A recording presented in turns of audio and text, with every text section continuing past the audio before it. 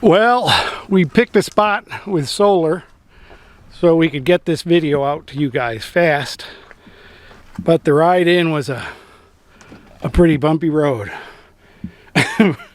where everything's all over the place and open.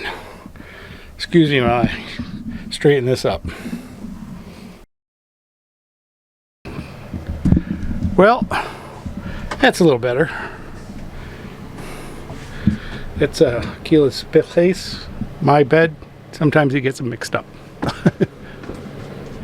He's already found a stick. He's getting eaten up by the flies, so he's staying low because they don't bother him as much when he's low. But this is our site.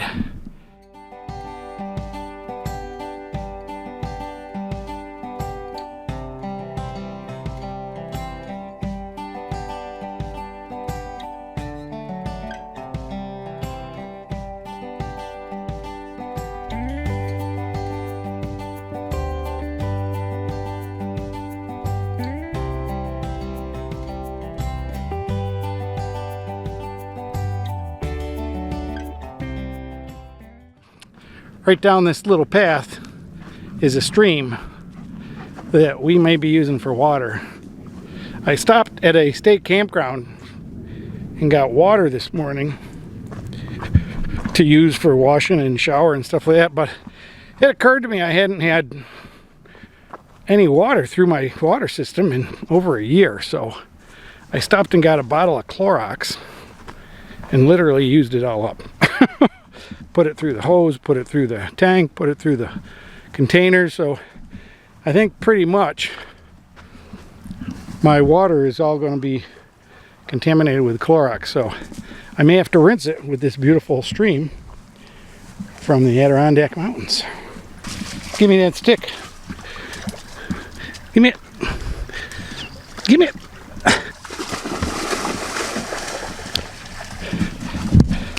As you can see, it's not very deep, but it may be deep enough. Good morning, folks. It is about 7 o'clock in the morning. We got up at 6 or so, and it was cold. It's cold in the mountains. We are in the Adirondack Wild Forest. We are in about the most wild and remote spot that I think you can get with a car. Anyways, there's lots of wilderness areas that you can hike to, but with a car, this is the Moose River Plains, and it is, we're about 30 miles into the woods, and there's nothing in here.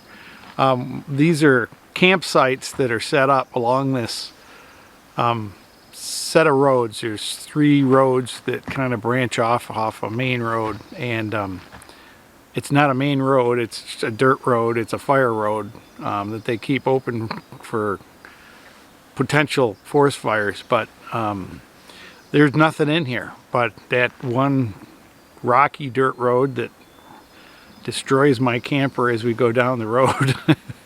And these campsites, and behind the, you might be able to see, where is it? This fireplace way back here, and then there's a picnic table behind the car. And way back in the woods, there's an outhouse that nobody has ever used. Well, most people don't use it. They just go into the woods, which they leave a mess, which we're going to clean up.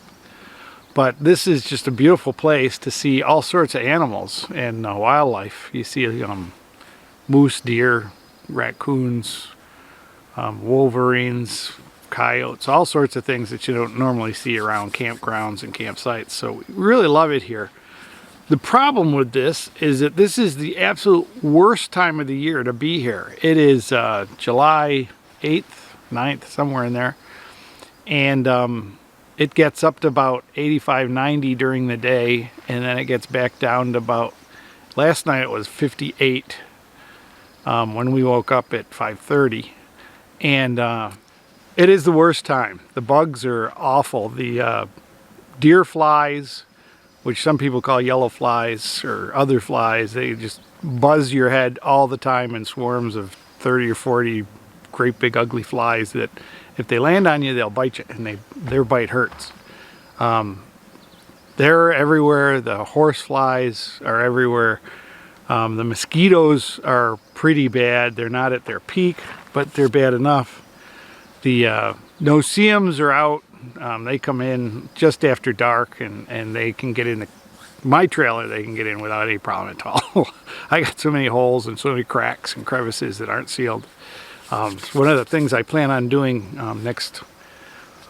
this fall when this is over is that trailer's going to get a rehab. So I think we're going to go and get washed up, start breakfast. We'll set up the drone, but this is a wonderful place to come in the fall.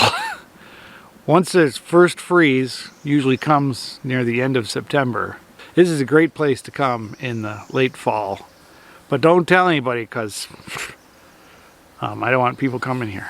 There are 123 or 134 campsites along the roads. And I've done a video on the Moose River Plains, all the campsites, all the roads, all the different spots. This is my very favorite spot. It's down a road all by itself. There's nobody within a mile of you. So all right, we're gonna get dressed, get out of these warm clothes, and we'll see you in the next adventure here. Now, while this spot is quite a ways off the main road, it is on an access road to a pond that has some pretty good fishing in it. So occasionally fishermen do come by. Luckily, I have the fuzzy burglar alarm there that makes a lot of noise and lets people know that we're here. And this old guy didn't seem to take the hint.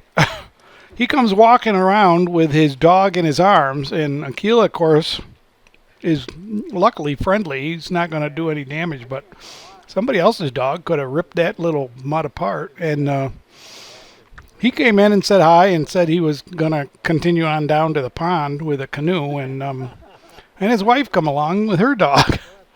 Not real smart people, but I guess they're fairly regulars to this spot, and they're just used to making sure that they can come and go as they please.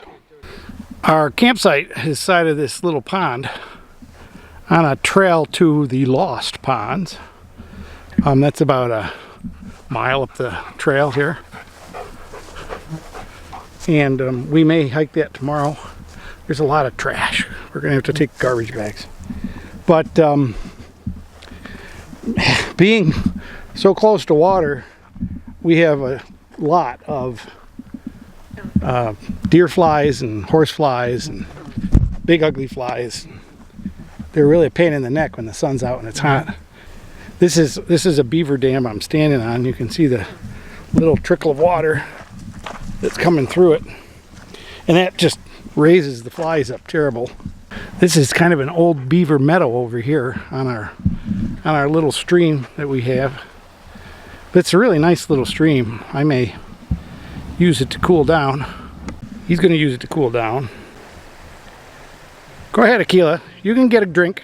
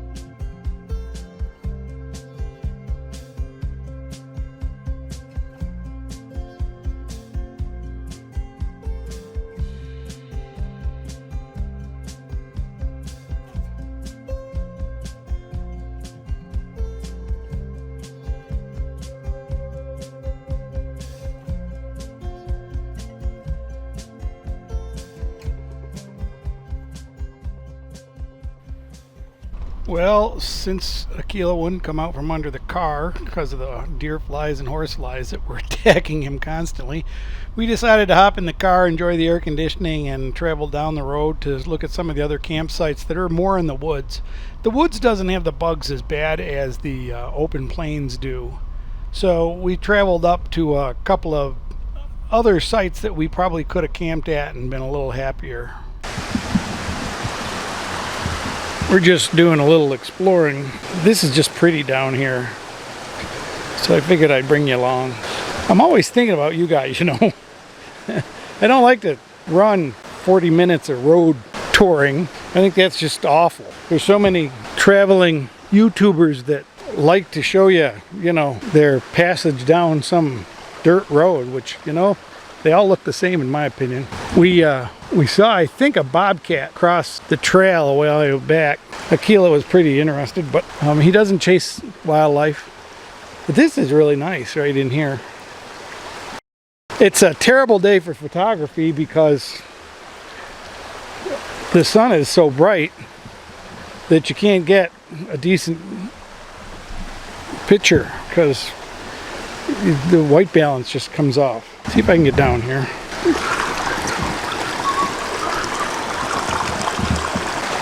This is just the greatest in the wild forest right here. I mean, you can follow trails in here. They're all animal trails though. Actually, there's a lot of trails on the map that are outlined and marked up and all that.